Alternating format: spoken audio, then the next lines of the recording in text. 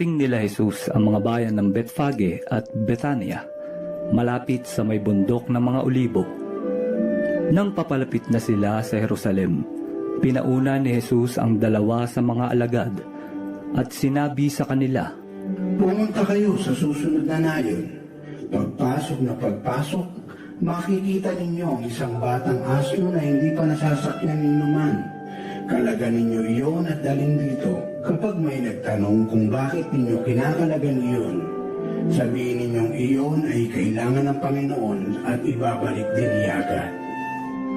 Kaya't lumakad ang 2 alagad at nakita nga nila ang batang asno sa tabi ng daan.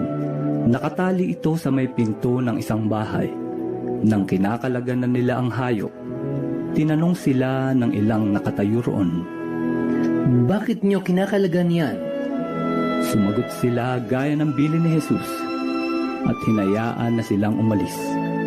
Dinala nila kay Jesus ang batang asno at matapos isapin sa likod nito ang kanilang mga balabal, sumakay dito si Jesus. Marami ang naglatag ng kanilang mga balabal sa daan, samantalang ang iba na may pumutol ng dahong sanga ng kahoy at iyon ang kanilang inilatag sa daan. Ang mga tao sa unahan at sa hulihan ni Jesus ay sumisigaw ng ganito,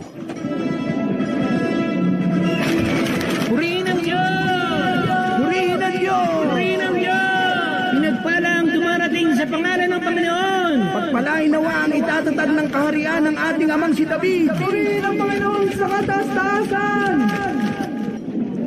Pumunta si Jesus sa Jerusalem at pumasok sa templo. May mga bulag at mga pilay na lumapit kay Jesus at kanyang pinagaling.